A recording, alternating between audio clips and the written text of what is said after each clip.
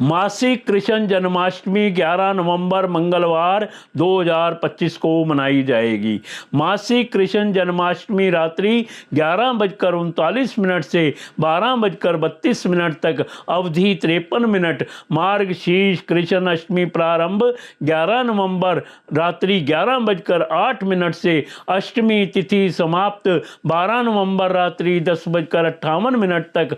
पौराणिक कथाओं के अनुसार गुरुकुल में शिक्षा ग्रहण करने के बाद कृष्ण और सुदामा अपने अपने घर वापस चले गए।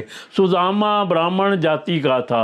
वेद पाठ के द्वारा अपना जीवन व्यतीत करने लगा। गृहस्थ जीवन में पढ़ने की वजह से सुदामा को जीवन में गरीबी का सामना करना पड़ा।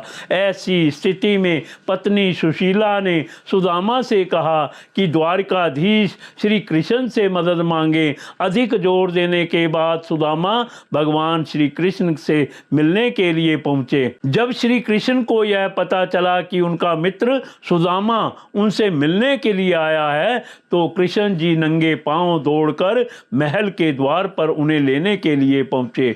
सुदामा की दीन अवस्था देख भगवान बेहद भावुक हुए और उन्हें अपने गले से लगाया। इसके बाद सुदामा को राज सिंहासन पर बैठाकर अपने आंसुओं से सुदामा के चरण धोए।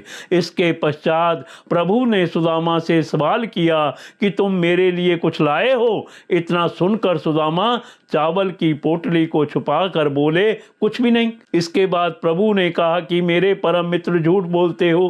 क्या तुम आज भी बचपन की तरह मेरे हिस्से के चावल खाना चाहते हो? सुदामा, दो ये चावल की पोटली।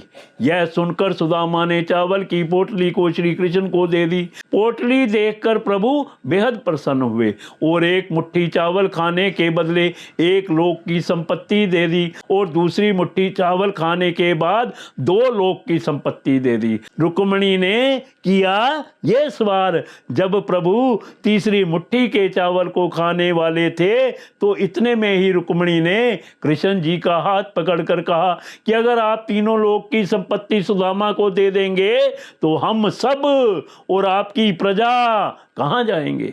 यह बात सुनकर भगवान श्री कृष्ण रुक गए। इस तरह प्रभु ने सुदामा की मदद की और प्रेम पूर्वक उन्हें वस्त्र आभूषण देकर विदा किया।